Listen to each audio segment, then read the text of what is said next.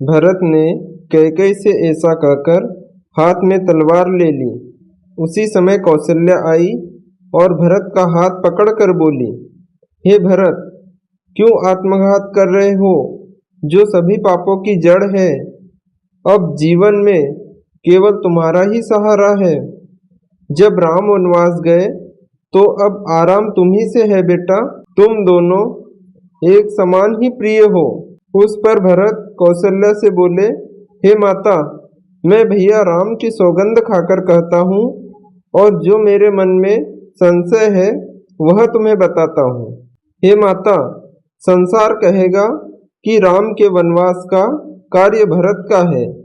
कैकेयी की तो करनी है, परंतु बदनाम भरत का है।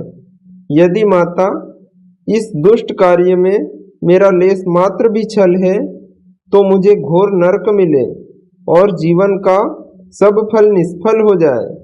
उस पर कौशल्या बोली, हे पुत्र, तुम निष्कपट हो, इसकी मैं साक्षी देती हूँ और कोई कुछ नहीं कहेगा। इसकी जिम्मेदारी मैं लेती हूँ। हे पुत्र, तुम सत्य पर अटल रहो, क्योंकि सत्य की हमेशा जय होती है। बातों बातों में रात बीत गई। सवेरा होते ही गुरु वशिष्ठ जी आए और भरत से बोले, हे भरतलाल, अब धीरज धरो। महाराज की मृत्यु का शोक मत करो।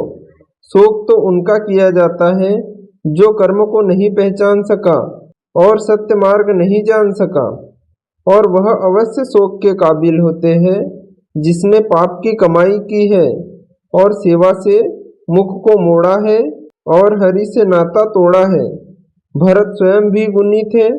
उन्होंने गुरु की आज्ञा मानकर व्रत का विमान निकाला और श्री सरयू के पार सब दाह कार्य हुआ।